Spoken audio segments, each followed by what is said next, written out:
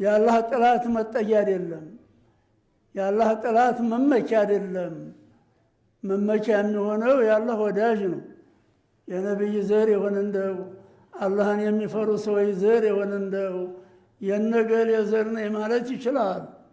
ያውም ለኩራት ለሪያ ለስምዓት አይሆን። አባቱን አያት ቅማቱን ወደ ላይ ስራቸውን ለማሞገስ ምንነታቸውን ለማሳወቅ እኔም በእነሱ እከተላለሁ ለማለት የሆነ እንደው ጥሩ ነው።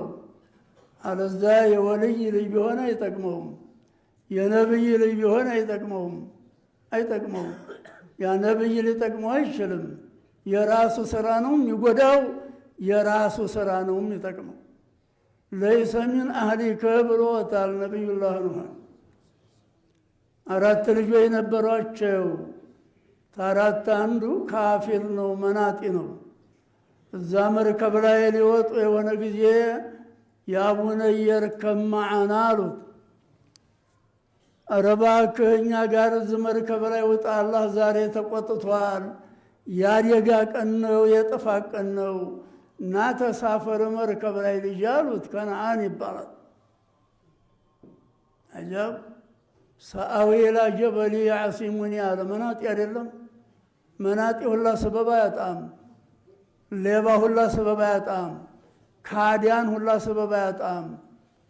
ካፊር ሁላ ሰበብ አያጣም። መናጢ ሁላ ሰበብ አያጣም። ሰበብ አለው።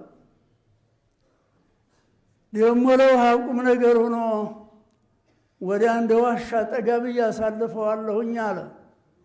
ኧረ እባክህ ተው፣ ዛሬ ተይች ቦታ ሌላ መዳኛ የለም፣ ይች ቦታ ብቻ ነች የምታድነው ልጄ እባክህን አሉት።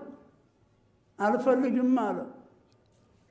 ውሃው እየበዛ እየከበደ ሲሄድ ወደ መታጠቂያው ሲደርስ ወደ ተራራ ሸሸ። አለው ዋሻ ገባ። በሽንቱ የጭንቁ ብዛት በሽንቱ ተፈርቆ ሞተ ይላል። እንደው ብቻ መሸናት ሆነ። እንደው አቀለጠው ረበል ዓለሚን። እስከ ዛሬም በዐዛብ ነው።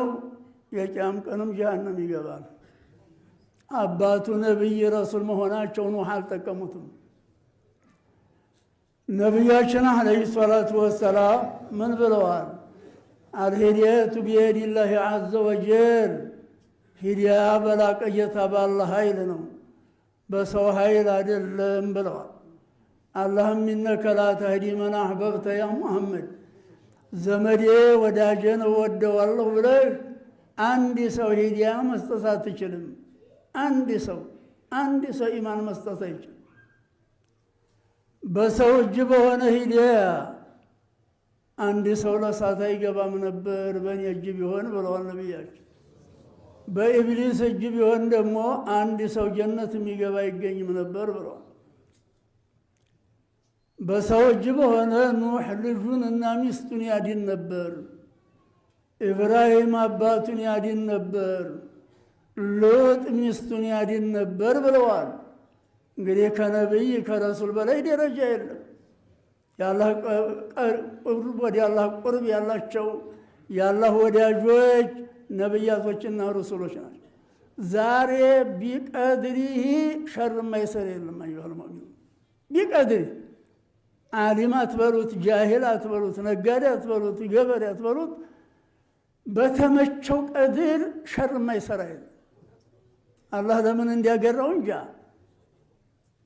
ወጣት አይል ሽማግሌ በተመቸው ቀድር ሸር ተመሰረት የሚመለስ የለም። የፈዓሉ ሸር ቢቀድሪ ጣከቲ፣ በቻለው ቀድር ሸር የማይሰራ የሸር ጉድጓድ የማይቆፍር ተንኮል የማይሰራ አንድም ያለ አይመስልም። እንግዲህ አላህ የሻውን እንጃ። ጨርሶ ሊያጠፋው ቂያም ቀርቦ ዓለሙን ሊያጠፋው ሽቶም እንደሆን ደግሞ ምናልባት የደህና ወቅትም አምጥቶ ደግሞ ተውበት ይሰጠን እንደው እንጂ ዛሬ በቀድሩ እንደው በቀድሩ በተመቸው ቀድር ሰው ለመበደል፣ ሰው ለመጨቆን፣ ሰው ለማስከፋት አንድ የማይጥር ሰው አታገኝ። አንዳንድ ሰው ብቻ አላህ የጠበቀው ሲቀር መጠንቀቅ አለብን። ማስተንተን አለብን። እገሌ በድሎ ምን ሆነ፣ እገሌ ገንዘብ